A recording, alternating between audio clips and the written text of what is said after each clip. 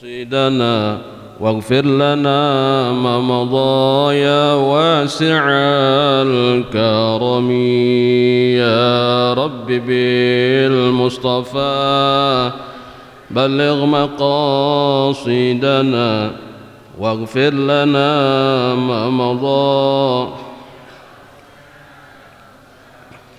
لم يحتلم قط طه مطلقا أبدا وما تثاءب أصلا في مدى زمن يا رب بالمصطفى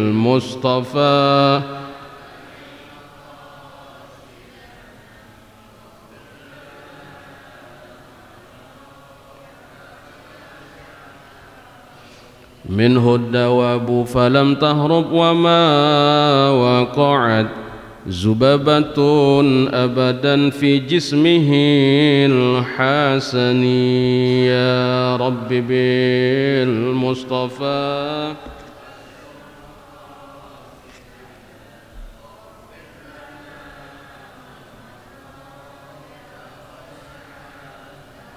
وقلبه لم ينم والعين قد نأست ولا يرى زله في شمس ذو فاطن يا رب بالمصطفى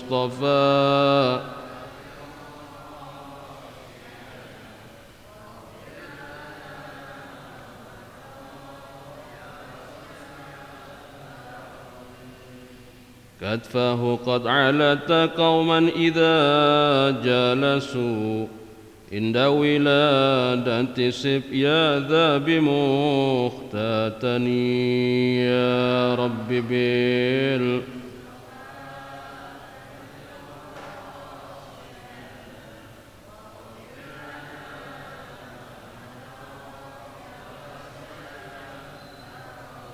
اللهم صل وسلم وبارك عليه. الفاتحة بنية الفتوح والمنوح والرسوخ وتوبة النصوح وصلح الجسد والروح وإلى حضرة النبي محمد صلى الله عليه وسلم. الفاتحة. أعوذ بالله من الشيطان الرجيم. بسم الله الرحمن الرحيم. الحمد لله رب العالمين الرحمن الرحيم مالك يوم الدين إياك نعبد وإياك نستعين اهدنا الصراط المستقيم صراط الذين أنعمت عليهم غير المغضوب عليهم ولا الضالين آمين.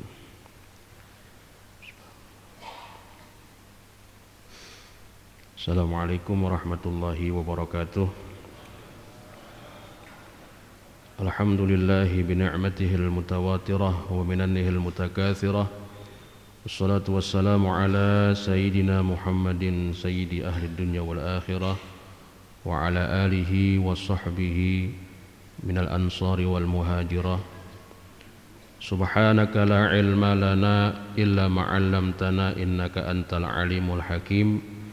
Rabbi shrah li sadri wa yassir li amri wahlul 'uqdatam min lisani yafqahu qawli wasaddid bihi lisani wahdi qalbi bihaqqi sayyidina Muhammad wahdi qalbi bihaqqi sayyidina Muhammad wahdi qalbi bihaqqi sayyidina Muhammad.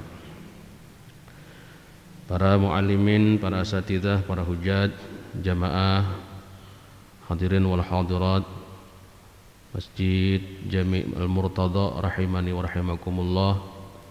Syukur alhamdulillah kita panjatkan kehadirat Allah Subhanahu wa taala atas limpahan karunia-Nya, nikmat-Nya yang begitu banyak diberikan kepada kita, terutama nikmat iman wal Islam, hidayah, taufik, sehat wal afiyah, sehingga kita dapat melangkahkan kaki kita ke tempat ini, baitun min buyutillah. Mudah-mudahan langkah kaki kita senantiasa diberkahi oleh Allah Subhanahu wa taala, diangkat segala macam bala musibah olehnya. Selalu kita mohon kepadanya agar keluarga kita dijadikan keluarga yang sakinah, mawaddah, warahmah. Anak-anak kita dijadikan anak yang benar, soleh dan solehah. Dan yang paling utama, bila nanti kita meninggalkan dunia ini mati membawa iman, husnul khatimah. Amin ya rabbal alamin. Melanjutkan kajian kitab Nasha'ihul Ibad dari bulan yang lalu, sampailah kita kepada al-maqalah tsalitsah wal 20, maqalah yang ke-23. Wa bihi ilahi qal wal maqalah ats-tsalisah wal 20 an Hatim al-Asam radhiyallahu anhu wa huwa Abu Abdurrahman Hatim bin Alwan wa yuqalu Hatim bin Yusuf wa huwa min akabiri masyaikhi Khurasan wa kana tilmizun syaqiq. Ruwiya annahu ja'at imra'atun fasa'alat Hatiman an mas'alatin fattafaqa annahu kharaja minha fi tilkal halah sautun fakhajalat faqala Hatim irfa'i sautaki fa'ara min nafsihi annahu asamma fasarratil mar'atu bidzalika wa qalat innahu lam yasma'is sauta faghaliba alaihi ismus samam. Maqalah yang ke-23 ini berbicara tentang seseorang yang bernama Hatim al-Asam radhiyallahu anhu. Namanya adalah Abdurrahman Hatim bin Alwan wa yuqalu Hatim bin Yusuf. Kenapa ada al-Asamnya gitu? Padahal namanya Abu Abdurrahman bin Alwan. Juga yang mengatakan Hatim bin Yusuf. Ini ada satu gelar dari masyarakat. Al-Asam itu artinya orang yang tuli. Orang yang tuli. Padahal beliau seorang ulama yang terkenal, yang zuhud, yang wara', yang sufi. Inilah karakter ulama-ulama sufi itu. Dia karakternya sangat menjaga perasaan umatnya, perasaan jamaahnya. Sampai-sampai di sini dikatakan sampai-sampai gelar Al-Asam itu ternyata gelar yang dia dapat dari satu peristiwa. Seorang wanita datang kepadanya bertanya tentang sesuatu, pasa'alat, bertanya tentang sesuatu. Ketika lagi bertanya, tiba-tiba keluar suara buang angin, kentut gitu. Kira-kira Pak, malu nggak kalau ada orang banyak di tempat yang terhormat, seorang wanita mengajukan pertanyaan, kemudian keluar kentut gitu? Malu ya? Itu kalau banyak orang dah malu. Atau juga kiasan kita, ini perempuan memang berduaan bertanya kepada Hatim. Lagi bertanya tiba-tiba kharaja minha saut, keluar suara tut gitu seumpamanya. Ini perempuan pasti malu kalau suaranya itu kedengeran sama gurunya. Apalagi kalau gurunya sampai begini, kentut lo ya gitu. Pasti malu gitu. Tapi di sini ditukil. Al-Asam itu puluhan tahun dia gelar sandang gelar Al-Asam. Gara-gara wanita bertanya, kemudian keluar suara dan dia mengatakan irfa'i sautaki, irfa. Suaranya, pertanyaannya kencengin dong. Kan zaman dulu kagak ada speaker gitu. Zaman dulu irfa'i sautaki, ayo keluarin suaranya, yang kenceng suaranya, biar saya dengar. Ngomong lagi, hah? Gitu. Apa sih yang kamu bicarakan? Akhirnya perempuan ini menyangka, kalau suara saya aja yang keras, dia kagak denger, apalagi suara kentut saya. Nah, semenjak itulah gelar Muhammad Hatim itu Al-Asam. Masya Allah. Itulah karakter orang-orang sufi, orang-orang zuhud, orang-orang yang jaga perasaan umatnya biar nggak malu. Apa yang beliau katakan?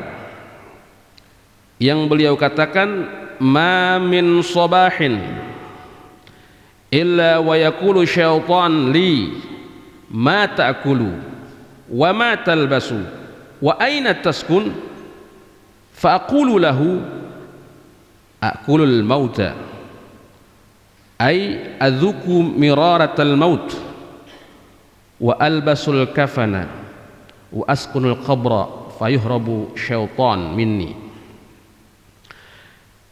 Ma min sabahin, tidaklah datang pagi hari, illa wa yaqulu syaitan li, kecuali pada saat itu syaitan berkata kepadaku, ma ta'kul wa ma talbas wa aina taskun.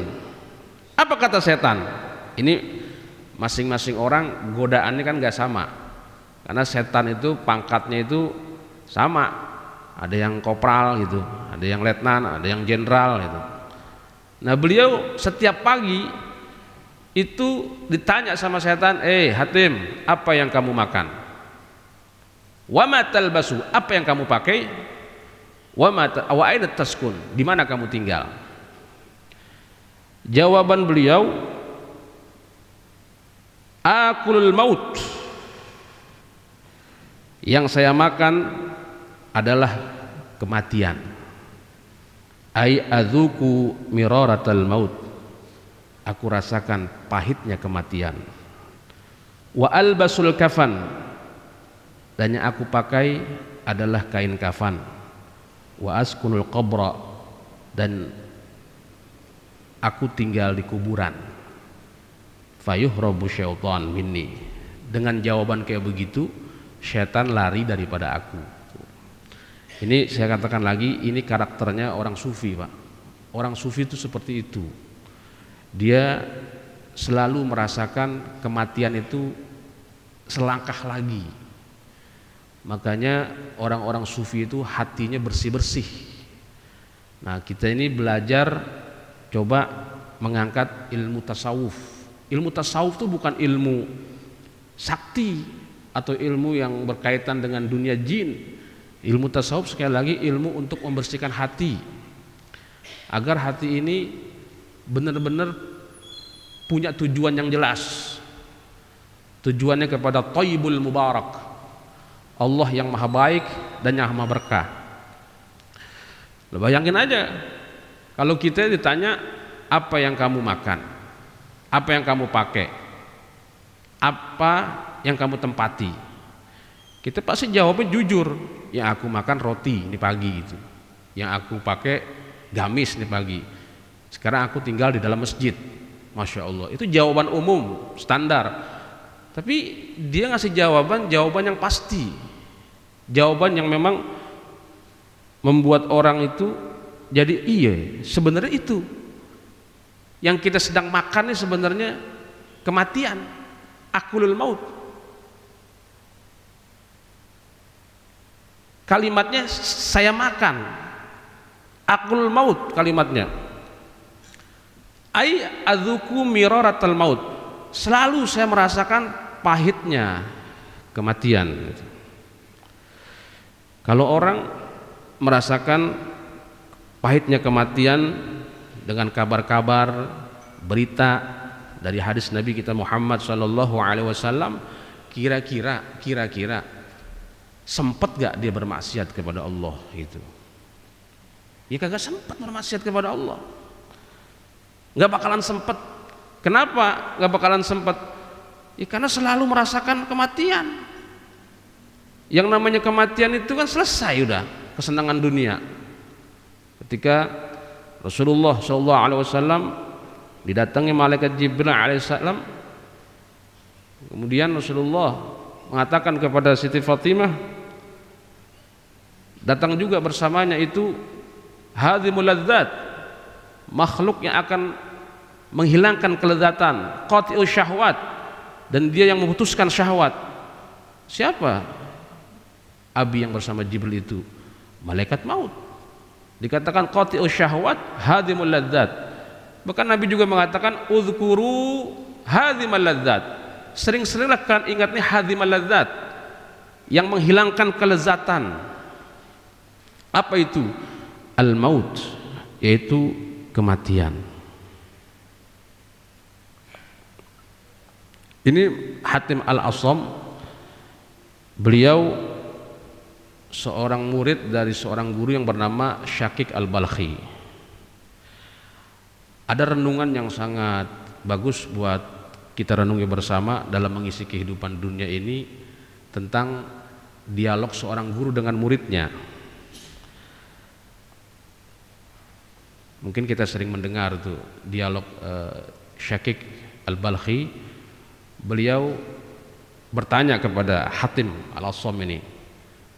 Apa kata gurunya? Hatim, sahibtani mundu salasina sana. Hatim, kau telah bersamaku selama 30 tahun. Mondok lah kalau bahasa kita ini, mondok gitu. Khidmah, kalau orang Betawi bilang khidmah, menjadi pelayan gurunya. Mundu salasina sana. Ma hasalta fiha. Apa yang kamu dapati selama 30 tahun itu? Hatim ini enggak mengatakan saya hafal Quran 30 juz. Dia enggak mengatakan saya hafal hadis Kutubus Sittah, Sunan Abi Daud, Syafi'i, enggak, dia enggak bilang begitu. Dia mengatakan kepada gurunya, hasaltu thamaniya fawaid. Selama 30 tahun saya bersama Anda Tuan Guru, saya mendapatkan faedah 8 faedah minal ilmu wa hiya takfini minhu. Dan saya cukup dengan 8 faedah itu. Jadi selama 30 tahun kamu bersama saya, kamu cuma dapat 8 faedah. 8 faedah doang yang saya dapati. Apa aja? Apa aja yang kamu dapati dari 8 faedah itu? Hatim ini mengatakan, saya begini Tuan Guru, ini nazartu ilal khalqi, saya ini liatin orang. Nazartu ilal khalqi, setiap orang ini punya kekasih, mahbuban wa ma'syuqan, yuhibbuhu wa ya'shikuhu, dan dia asik dengan kekasih yang dicintainya, asik banget. Si perempuan punya kekasih laki, si laki punya kekasih perempuan, orang tua punya kekasih anak, dia asik dengan kekasihnya. Asik itu artinya punya gairah hidup dengan kekasihnya. Saya lihat semua orang itu begitu, mahbub wa ma'syuqan. Kemudian saya perhatikan juga, wa ba'dul mahbub yusahibuhu ila maradil maut, wa ba'duhu yusahibuhu ila syafil qabri. Saya perhatikan para kekasih-kekasih itu, ketika kekasihnya sakit, dia hanya mampu menemani ketika sakaratul maut,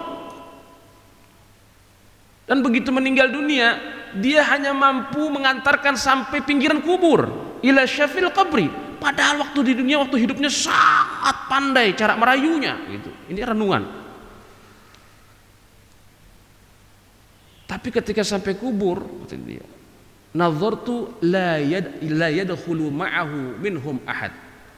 Kekasihnya satu pun tidak ada yang mau ikut masuk ke dalam kuburannya. Ya belum, memang Pak, belum pernah saya lihat ada orang nganterin kekasihnya sampai kuburan, terus kita temenin yang ya gitu. Enggak, belum pernah. Cuman ila syafil qabri. Ini renungan Hatim Al-Asham.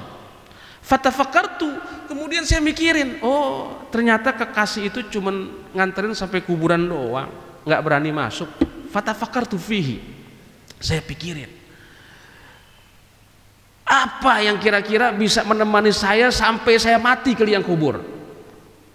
Fama wajadtuhu ghairal a'malis salihah. Maka setelah saya pikiri, saya renungi, tidak ada yang dapat menemani saya dalam kubur, dan saya tidak dapati dimanapun ghairal a'malis salihah. Fa akhadtu mahbuban li, selain amal soleh yang menemani.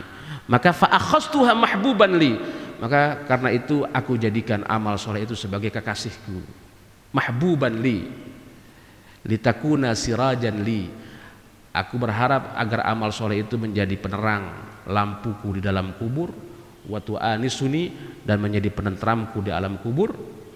Dan aku berharap amal soleh itulah yang akan menemaniku sampai hari berbangkit. Tuh, itu renungan orang cerdas seperti itu. Kalau misalnya kita berbuat karena orang, itu bukan amal soleh. itu amal salah, karena orang itu tidak akan bisa membela kita. Itu yang namanya dengan riya gitu. Tapi kalau misalnya kita beramal kagak ada satu orang pun yang lihat, tapi Allah Subhanahu wa taala yang akan membayar setiap amal perbuatan itu. Karena itu renungan Hatim Al-Asham ini adalah vitamin yang segar buat kita ketika kita sadari bahwasanya di alam kubur di sana kita akan sendirian dan tidak ada satupun yang menemani ghairal a'malis shalih, kecuali amal yang soleh. Makanya saya sering mengatakan di tempat ini, cari ilmu sebanyak-banyaknya, bacaan sebanyak-banyaknya, buat kita nanti di alam kubur menjadi peneman. Dan sebaik-baik teman di alam kubur kan kalau yang kita dengar itu adalah Al-Quranul Karim. Dan Al-Quranul Karim itu akan menjadi penyafaat kita di yaumil qiyamah kalau bacanya kita itu benar, kalau baca kita itu benar. Dan salah satu orang yang benar baca Al-Quranul Karim adalah orang-orang yang selalu merasa dirinya rendah di hadapan Allah Subhanahu wa taala gitu. Kemudian yang kedua, renungan Hatim Al-Asham yang kedua adalah ini ra'aitul khalqa, saya ini perhatikan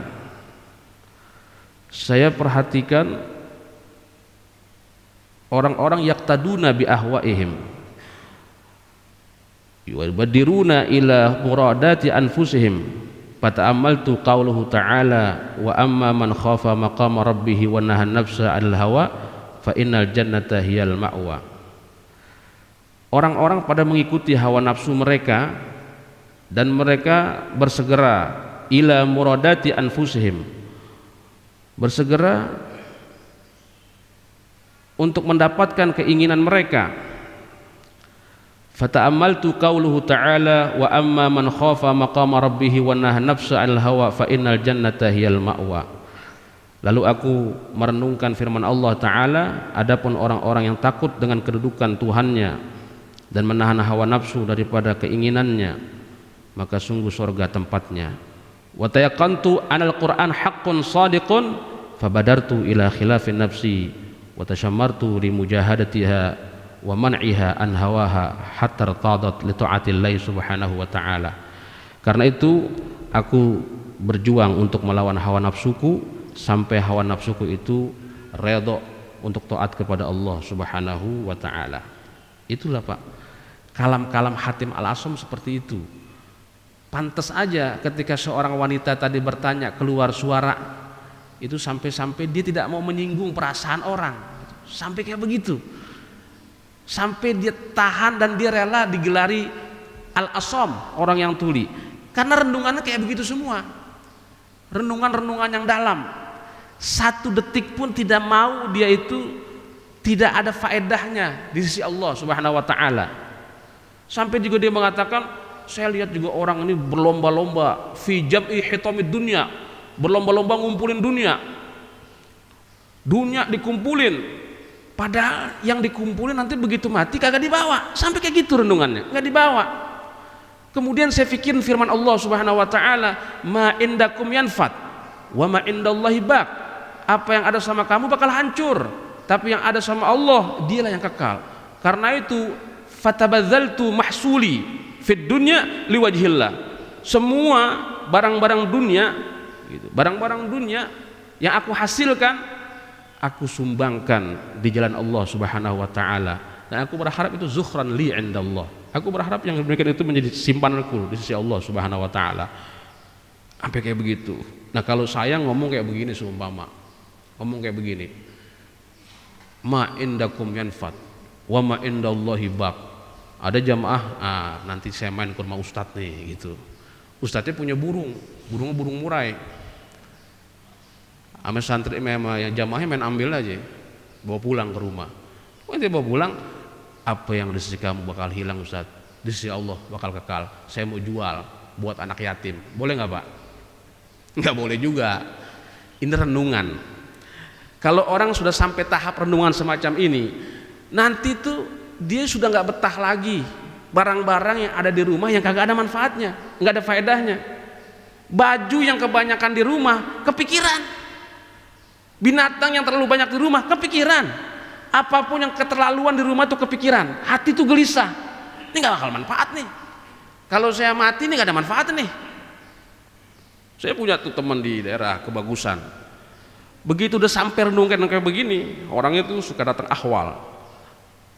Tahu-tahu ada orang yang belum makan, kedengeran ada orang belum makan, dia punya burung murai yang harganya 7 jutaan, dia jual dengan harga yang murah buat orang yang belum makan itu. Karena takut nanti dia udah dengar ada orang belum makan, dia dengar ada orang belum bayar kontrakan, dia punya burung yang harganya jutaan. Tuh, sampai kayak begitu tuh suasana hati. Nah, kita mestinya cerdas sih seperti itu, mestinya cerdas seperti itu. Kalau udah sampai cerdas kayak begitu, masya Allah. Ini bukan berarti miara burung kagak boleh Pak ya. Miara burung boleh kalau ada pasangannya gitu. Kalau sendirian kagak boleh. Kalau Syekh Ramadan itu ada, saya murid beliau, ngaji sama beliau, pernah beliau melihat burung sendirian, itu kasihan kalau sendirian. Nggak sesuai dengan penciptaan dari Allah Subhanahu wa taala, karena setiap itu berpasang-pasangan itu. Ini pemberitahuan sekaligus anjuran, kalau melihat burung jangan sendirian. Kita aja kalau sendirian pusing gitu. Kita kan juga binatang natik. Al insanu hayawanun natik gitu. Manusia itu adalah binatang yang berakal dan pandai bicara. Tapi kalau dilepas Ustadz, burungnya ditembak orang, ntar mati gitu. Ada juga Ustadz, waktu datang Syekh Ramadan ada ikan arwana. Ini arwana sendirian, kasihan. Dia mesti cari pasangannya atau enggak buang ke Kali Ciliwung, kata gitu kata Syekh Ramadan. Ya, kata yang punya arwana, kalau saya buang ke Kali Ciliwung nanti mati karena makanan ini enggak sembarangan Syekh. Kalau gitu cari pasangannya, kawinin. Enggak boleh sendirian. Itu orang-orang sufi begitu, Pak. Orang-orang tasawuf itu dia melihat sesuatu itu harus pada porsinya, sesuai dengan keseimbangan yang Allah takdirkan di jalannya gitu. Nah, Hatim Al-Asam itu di antara renungannya seperti itu. Kemudian dia ngelihat lagi, saya lihat lagi ada orang saling berantem, saling bertengkar, saling musuh-musuhan. Saya lihat inti berantem, inti permusuhan itu adanya pada sifat iri, hasud dan dengki. Siapapun orang kalau udah ada iri, hasud dan dengki, semuanya dilihat salah. Hatta ustadz juga dilihat salah. Hatta ustadz dilihat salah. Ya Allah. Kejadian. Jadi ada seorang warga, adiknya dikawinin sama tokoh masyarakat. Dikawinin cuma sehari. Habis itu diceraiin. Abangnya ini ngelihat adiknya dizolimin kayak begitu, nggak terima. Cuma sehari doang.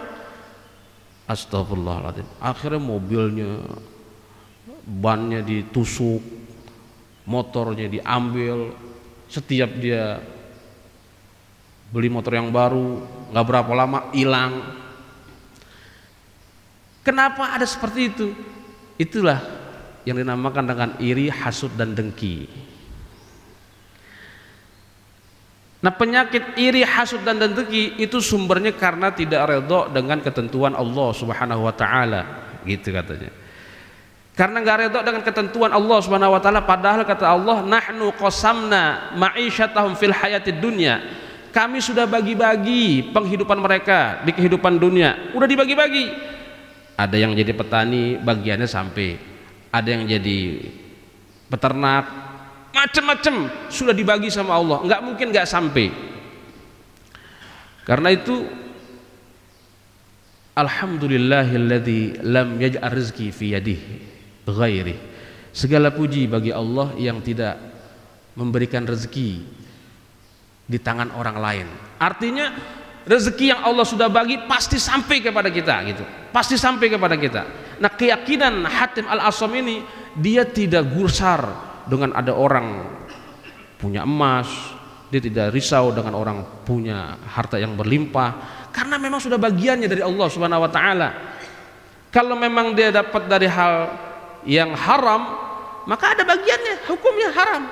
Kalau memang dia dapat yang halal, memang ada bagiannya dari Allah Subhanahu wa taala.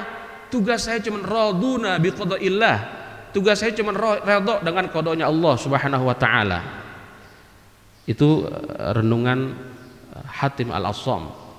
Ar-raduna bi qadaillah. Dia redha dengan ketentuan Allah Subhanahu wa taala. Dan dia meyakini bahwa hal apapun yang terjadi itu adalah proses penambahan ilmu dari Allah Subhanahu wa taala. Kita berdoa begini, Rabbi zidni ilma. Ya Allah, tambahkan aku ilmu. Warzuqni fahma, dan beri aku rezeki pemahaman. Nambah ilmu itu bisa kita duduk di majelis ta'lim, nambah ilmu itu bisa kita buka buku, nambah ilmu itu bisa kita ke rumah guru, dan nambah ilmu itu bisa kita redha dengan ketentuan Allah Subhanahu wa taala. Itu nambah ilmu. Dan nambah ilmu yang paling cakep kita tangkap adalah redha dengan ketentuan Allah Subhanahu wa taala. Kadang kita suka protes, kenapa gini amat ya, gitu kalimat kenapa gini amat ya. Nah, kenapa gini amat itu proses Allah menambahin ilmu. Dan diantara cara ijabahnya Allah Subhanahu wa taala tidak sesuai dengan keinginan kita. Kita pengen nambah ilmu itu datang seorang guru nerangin ke rumah kita begini, enggak. Tapi dengan ada masalah yang Allah berikan, itu salah satu nambah ilmu. Rabbi zidni ilma. Rabbi zidni ilma. Kan saya pernah bilang, ada seorang wanita ketika hamil sakit. Padahal sakitnya itu Allah mau tambahin ilmu. Dia akhirnya diberikan doa. Doa yang dibaca ketika 7 bulan, apa tuh? Hanna waladat Maryam, Maryam waladat Isa, ukhrud ayuhal maulud bi qudratil malikil ma'bud. Tadinya dia nggak tahu, tapi begitu dia hamil, dia menderita, jadi tahu ada ilmu. Ustadz, ini istri saya sudah 9 bulan, saya kepengen banget lahirnya Ustadz itu nggak sesar, normal sebagaimana biasanya Ustadz gitu. Ada nggak bacaannya? Nih bacaannya, baca idza samaun syaqqat wa adzinat li rabbiha wa huqqat wa idzal ardu muddat wa alqat ma fiha wa takhallat. Baca 4 kali di air putih, minumin, yang baca laki ente setiap habis sholat dibacain 4 ayat, diulang-ulang 4 kali dibaca dengan izin Allah Subhanahu wa taala. Nanti Allah lancarkan pembukaannya. Wallahu akhrajakum mim butuni ummahatikum. Dialah Allah yang mengeluarkan kamu dari perut ibumu. Itu masalah dulu. Masalah dulu baru dapat ilmu.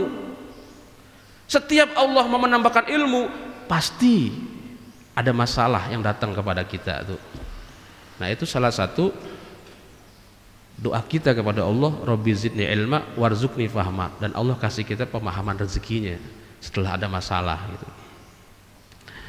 Nah, Hatim Al-Assam karena pangkatnya sudah tinggi, dia tiap pagi ditanya sama setan, apa yang kamu makan? Saya makan kematian. Apa yang kamu pakai? Yang saya pakai kain kafan. Kamu tinggal di mana? Saya tinggal di kuburan. Coba Bapak, jawaban sama pertanyaan kerennya luar biasa. Saya tinggal di kuburan. Akhirnya setannya, yang kayak begini mah bukan lawan gua nih gitu. Udah nggak bisa digoda lagi yang kayak begitu gitu.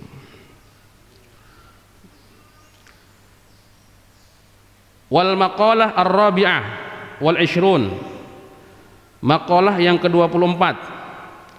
Anin Nabi sallallahu alaihi wasallam, man kharaja min dhullil ma'siyati ila 'izzit ta'ah. Wa hadha min idafati sifatin lil mawsuf, ay man tarakal ma'siyah allati tasiruhu dhalilan wa 'amila ta'ah allati tasiruhu azizan, a'tahu Allah taala thalatha sifatin mahmudah. Dari Nabi Muhammad sallallahu alaihi wasallam, siapa orang yang keluar dari zulil maksiyah, dari maksiat, dari rendahnya maksiat kepada mulianya taat, maka Allah Subhanahu wa taala akan memberikan 3 sifat terpuji. Ai man tarakal ma'siyah, siapa yang meninggalkan maksiat, allati tasirhu dzalilan, yang maksiat itu menjadikan dia hina dan dia beralih kepada amal taat, yang taat itu menjadikan dia mulia, a'tahullahu ta'ala thalasa sifatin mahmudah, Allah akan berikan kepadanya 3 sifat yang terpuji. Yang pertama, aghnahullahu ta'ala min ghairi mal. Yang pertama sifat terpuji itu Allah akan mencukupi jiwanya, hatinya, walaupun tidak punya harta. Masya Allah. Aghnahullahu ta'ala min ghairi mal. Allah akan mencukupinya walaupun dia tidak punya harta. Siapa yang keluar dari maksiat kemudian dia menuju taat, Allah akan cukupi. Ini kalau kalimat begini bayangan kita kayak preman. Preman itu kalau dia taubat kepada Allah Subhanahu wa taala, yang tadinya tukang malak, yang tadinya tukang nodong, dia kembali ke jalan Allah Subhanahu wa taala, dia nggak malak lagi, dia nggak nodong lagi, tapi dicukupi hatinya sama Allah Subhanahu wa taala. Luar biasa. Yang kayak kemarin tuh hari Jumat meninggal si Coach Stephen meninggal, ketua Mu'alaf Center. Luar biasa. Begitu dia beralih mu'alaf menjadi Islam, dia jadi ketua center mu'alaf. Itu beliau benar-benar luar biasa, ditawarin 12 miliar untuk murtad kembali ke agama yang dulu, kagak mau. Hidup dia cuman nunggu sholat amin nunggu mati gitu. Nunggu sholat amin nunggu mati. Kalau saya kerja nunggu sholat, kalau saya hidup nunggu mati. Akhirnya hidupnya itu aja. Hartanya dulu yang miliaran, kebunnya yang ribuan hektar, ditinggalkan aja sama dia. Cuman hatinya dicukupi sama Allah Subhanahu wa taala. Perasaannya udah cukup aja. Allah taala. Nih kalau kita lihat santri. Para santri. Itu para santri yang benar-benar dia itu taat kepada Allah. Itu nggak boleh kan megang duit di pesantrennya, tapi dicukupi aja sama Allah Subhanahu wa taala. Kalau kiai, ustadz, mubalik gitu, kiai, ustadz, mubalik, kayak Muallim Haji Ahmad dah. Muallim Haji Ahmad punya duit nggak punya duit, rasanya punya duit gitu. Rasanya dicukupi aja sama Allah Subhanahu wa taala. Tapi kalau kiai mah insya Allah duitnya nggak putus-putus gitu. Insya Allah kalau kiai, apalagi bulan Maulid nih, bulan Maulid kan gitu, bulan Maulid sampai bulan Rajab undangan mah ada aja, undangan ada aja. Kan kata Kiai Zainuddin dulu begitu, kalau kiai ceramah karena duit itu dosa hukumnya gitu. Panitia ngundang kiai pulang kagak dikasih duit, panitianya yang dosa gitu, kan begitu katanya. Panitianya yang dosa. Jadi kalau berani ngundang kiai, panitianya yang mikirin. Tapi memang sudah kata Nabi, man amila bidini kafallahu anhu. Siapa orang yang beramal buat agamanya, Allah cukupin. Orang beramal buat agama, Allah cukupin. Pasti Allah cukupin tuh. Selagi kita itu kagak hubud dunia, nggak cinta dunia. Coba dah kiai kita itu, dia dari bulan Maulid sampai bulan Rajab ada aja undangan. Dalam sebulan tuh undangan Maulid ada aja sampai bulan Rajab tuh. Dari bulan Sya'ban keluar Rajab, bulan Sya'ban ada undangan juga, undangan arwahan, bulan Roah. Nanti masuk Ramadan full, Ramadan ada lagi undangan, dicukupi terus sama Allah Subhanahu wa taala. Habis Ramadan halal bihalal, ada yang undang, Ustaz nanti minta waktunya ya ceramah halal bihalal. Habis halal bihalal Syawal, Zulqa'dah biasanya orang undang musafir, walimatus safar, orang mau berangkat haji. Ustaz nanti tanggal sekian tolong waktunya ya berikan tausiah, bapak saya mau berangkat haji. Nanti bulan haji ada undangan, Ustaz bapak saya kan lagi di Mekah, nanti tiap malam Jumat ke rumah ya kita baca ratib gitu. Habis bulan Zulhijjah terus ketemu lagi Muharram, Ustaz nanti datang ya ada santri yatim di Masjid Al-Murtada, Ustaz yang tausiah. Masya Allah tuh. Habis bulan Muharram masuk lagi bulan Safar. Bulan Safar kosong datu Ustaz biasanya. nggak ada yang undang maulid, nggak ada yang undang itu. Akhirnya ustadznya masuk kamar, Al-Fatihah ila ruhi fulan bin fulan, ada yang meninggal, innalillahi, ada undangan lagi tuh, lagi Muhammad Ahmad, undangan sampai tiap hari bulan Safar. Safar kosong, sesuai dengan namanya Safar. Safar tuh artinya kosong. Makanya para kiai di bulan Safar tuh banyak kosong. Tapi kalau ada masjid bunyi innalillahi wa inna ilaihi rajiun, ternyata bulan Safar ada isinya juga nih gitu. Itu kalau pikiran kita duniawi. Tapi kalau kita pikiran man amila bidinihi kafallahu anhu, siapa orang yang beramal buat agamanya, Allah cukupin. Allah cukupin. Habis Safar bulan apaan? Maulid. Terus makanya kagak ada orang yang susah hatinya kalau dia beramal buat agamanya, asal jangan nyari hidup dalam agama itu. Tinggal niat doang pindahin. Kan generasi Muallim Haji Ahmad belum ketemu lagi kita nih gitu. Mudah-mudahan Tanjung Barat ada generasi kayak beliau yang siap diundang kapanpun pasti datang. Nah, kalau misalnya bukan karomah dari Allah, fisiknya udah lemah Pak, fisiknya udah gak kuat. Tapi karena dalamnya ini doa, dalamnya Quran, Allah yang kuatin. Kan ada kiai umur 85 tahun dioperasi, dokternya nangis. Kenapa dok nangis? Ini Pak Haji 85 tahun mestinya spare part Pak Haji ini tua.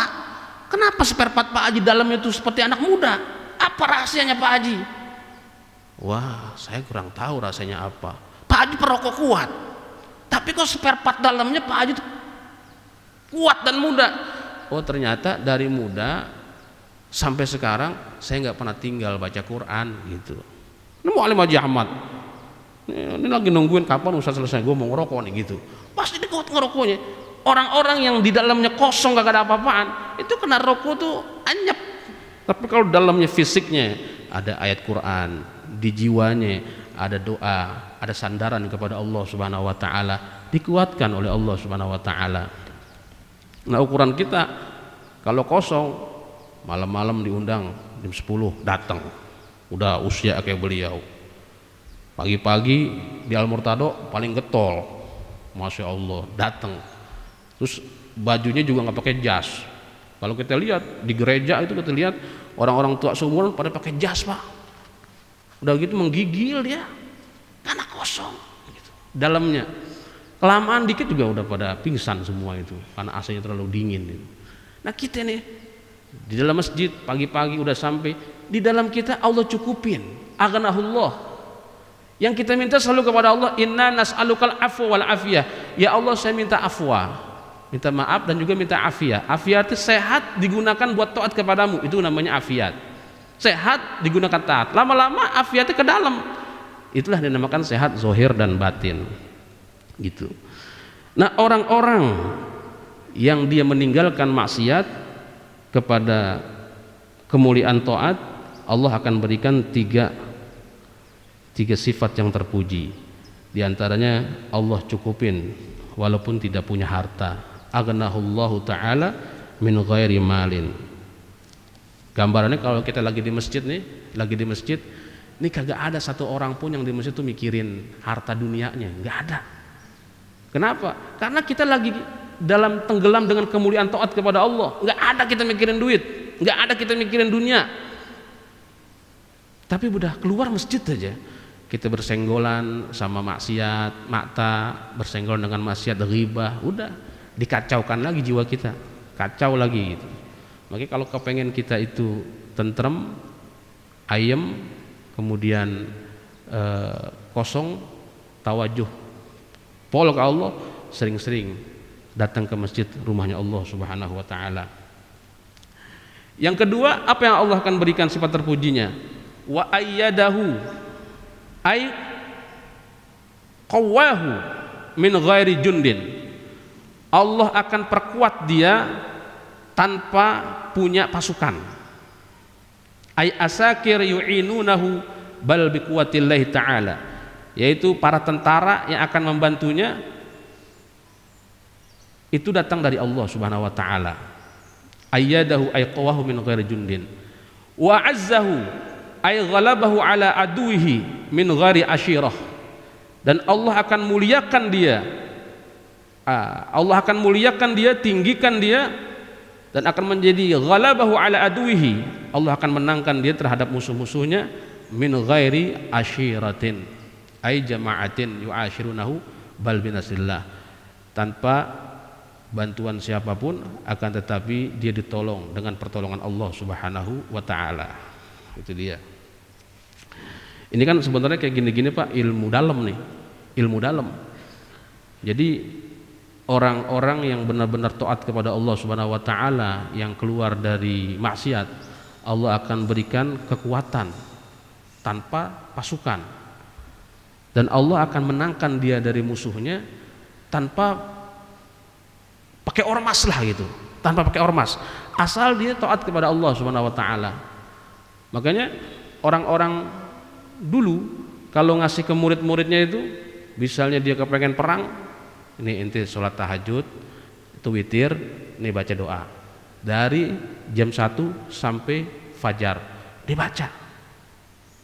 Kenapa ditolong sama Allah? Karena pada jam-jam itu dia nggak maksiat kepada Allah, di saat orang-orang lain pada bermaksiat kepada Allah Subhanahu wa taala, sehingga ditolong oleh Allah Subhanahu wa taala. Ya, kalau kita melihat gambaran yang besar di Indonesia nih, Habib Rizik Syihab dah gitu. Habib Bahar bin Smith.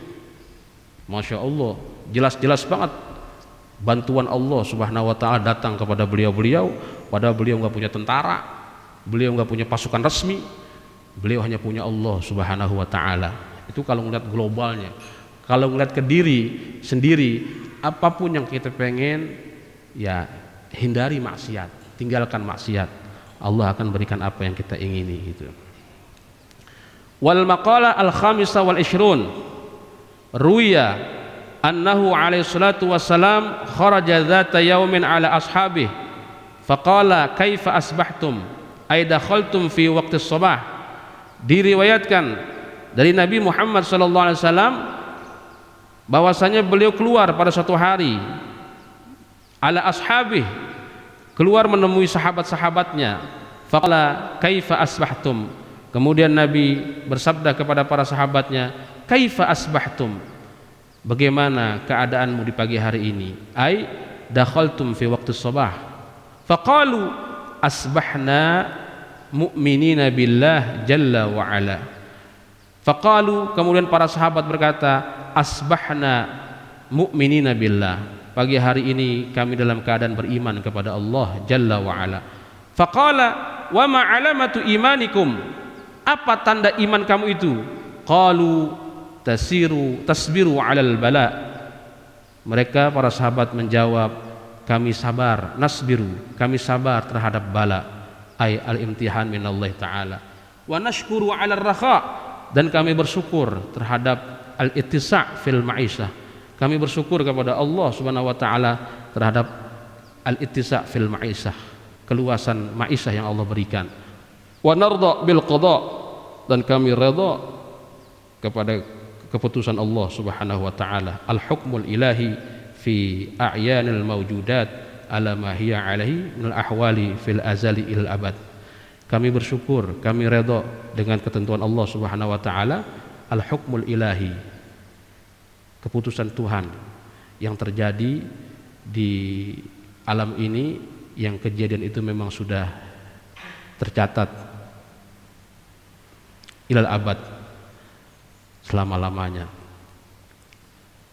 Faqala alaihi salatu wassalam, kemudian Nabi berkata kepada mereka, antumul mu'minuna haqqa, kalau gitu kamulah orang-orang mukmin yang benar, ai imanan mutabiqan lil waqi', yaitu keimanan yang sesuai dengan faktanya.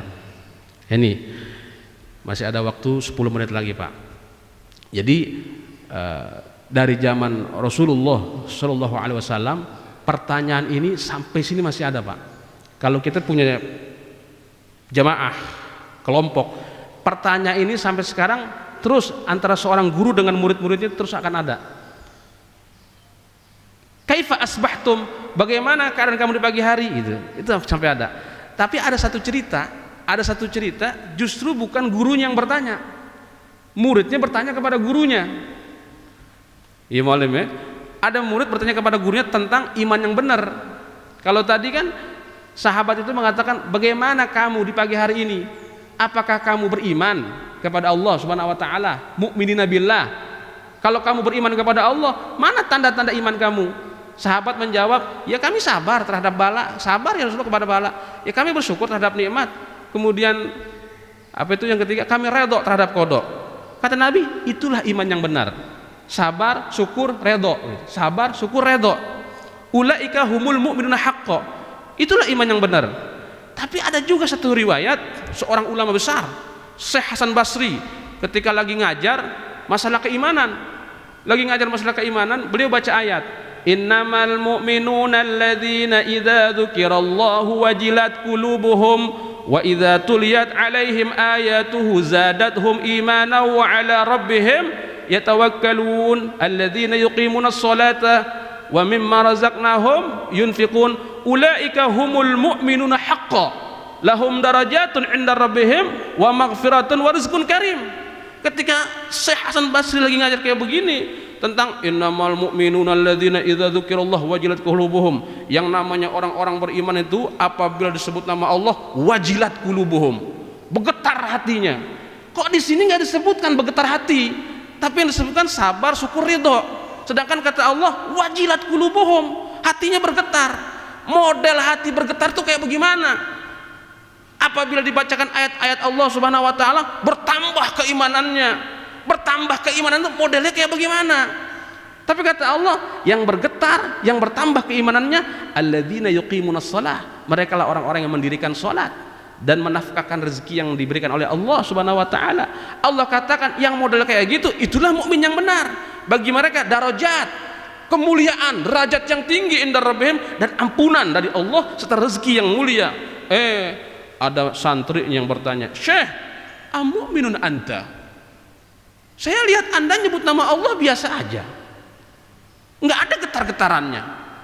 Amu'minun anta ya Syekh? Kalau gitu anda beriman gak nih? Kira-kira songong nggak nanya begitu Pak? Kata anda barusan idza dzukirallahu wajilat qulubuhum, kalau disebut nama Allah bergetar hatinya. Model getaran seperti apa? Tapi anda biasa aja. Amu'minun anta ya Syekh? Masya Allah, ente ini beriman nggak? Kalau di Al-Murtado saya lagi ngajar begini, ada yang ngomong kayak begitu, itu kan namanya suul adab, songong namanya. Tahu-tahu Ustaz Zulkarnain, Ustaz lagi ngajar, itu namanya suul adab. Tapi seorang murid yang tergerakkan hatinya, lisannya bertanya kayak gitu, ada ilmu yang Allah akan memberikan jalan keluar dari seorang ulama yang memang ulamanya khosyah kepada Allah. Ketika ditanya, amu'minun anta ya Syekh? Apa saya bilang? Al-imanu imanani. Iman itu modelnya ada dua. Ada dua iman itu.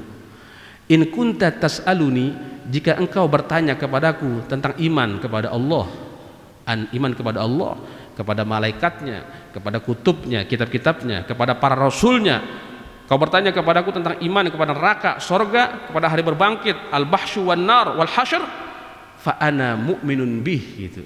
Saya termasuk golongan itu. Amanar rasulu bima unzila ilaihi min rabbih wal mu'minuna kullun amana billah wa malaikatihi wa kutubihi wa rusulihi wal yaumil akhir. Ana minhum, ana mu'minun, ana termasuk yang itu tuh. Yang tadi, wa idza tas'aluni an qaulihi ta'ala, jika maksud pertanyaan kamu tentang firman Allah Ta'ala, innamal mu'minuna alladzina idza dzukirallahu wajilat qulubuhum, tentang itu kamu tanya kepadaku, ana la adri ana minhum amla, aku nggak tahu aku termasuk yang itu atau tidak. Masya Allah, ini ulama besar masih tawaduk, rendah hati. Aku nggak tahu aku termasuk yang itu apa tidak. Karena orang-orang yang mendapatkan anugerah wajilat qulubuhum itu bukan hak saya, itu hak Allah Subhanahu wa taala. Makanya di Torekoh jamaah kita kadang-kadang ada yang berzikir kepada Allah dengan ekstase yang berbeda-beda. Ada yang ketika sebut nama Allah, Allah, Allah, Allah, Allah, saking rindunya dan kangen sama Allah, melihat keindahan kudrah kuasa Allah, dia ekstase, nggak sadarkan diri. Kan ada tuh, siapa namanya saya lupa, ada seorang Habib, dia lagi atahiyat 40 hari belum selesai atahiyatnya, sehingga jamaahnya itu tahu kalau gurunya sedang fana kepada Allah Subhanahu wa taala. Enggak usah beliau cerita yang paling terkenal, gurunya Habib Lutfi bin Yahya, 3 tahun mau sholat johor zikir dulu, iya kan? Mau sholat johor zikir dulu, dari jam 12, jam 1 baru qomat biasanya, jam 1 lewat belum qomat, jam 2 belum qomat, tapi tasbihnya masih muter terus. Asar lewat tasbihnya masih muter terus, maghrib lewat tasbihnya masih muter terus, sehari masih muter sampai 3 tahun tasbihnya masih muter. Tuh nggak ada yang tahu Pak yang kayak begitu. Itu urusan Allah, wajilat qulubuhumnya. Kalau kata ilmu tasawuf itu fana kepada Allah, dia lagi fana kepada Allah. Dibilang mati tapi tasbihnya muter. Allah begitu udah 3 tahun, ayo dah dia tengok kiri kanan, ayo dah qomat. Si Ano mana? Si Ano yang ditanya udah pada meninggal dunia. Udah 3 tahun. Masya Allah. Udah pada meninggal dunia. Itu kalau orang sudah fana kepada Allah. Makanya Syekh Hasan Basri mengatakan, kalau kamu bertanya tentang itu, ana la adri ana minhum amla. Saya nggak tahu saya termasuk itu apa tidak. Bukan kita katakan bid'ah. Wah bid'ah tuh. Itu mah ustadz kesurupan jin. Enggak begitu. Enggak langsung kita vonis. Tapi bagi ulama-ulama ketika dia fana kepada Allah, begitu dia sadar, dia akan mengkodok sholat yang ditinggalkannya sebagai pengajaran kepada murid-muridnya. Padahal orang-orang yang akalnya sudah senang banget sama Allah, hatinya sudah senang banget sama Allah, istilah bahasa Arabnya madzub, ditarik rohaninya oleh Allah saking cintanya kepada Allah sehingga akalnya itu tidak sadar, itu boleh meninggalkan sholat. Tapi begitu dia dikembalikan lagi akalnya sama Allah, dia harus mengkodok sholat untuk pengajaran kepada umatnya, itu jamaahnya gitu. Jadi begitulah Pak keadaan orang-orang yang memang syauk, dia asik sama Allah Subhanahu wa taala, sehingga nggak bisa mensifatinya bagaimana. Dulu di Nurul Huda, dulu entah orang masih ada apa kagak tuh, itu kalau Jumat dia duduk di pojokan, itu kalau zikir palanya goyang-goyang,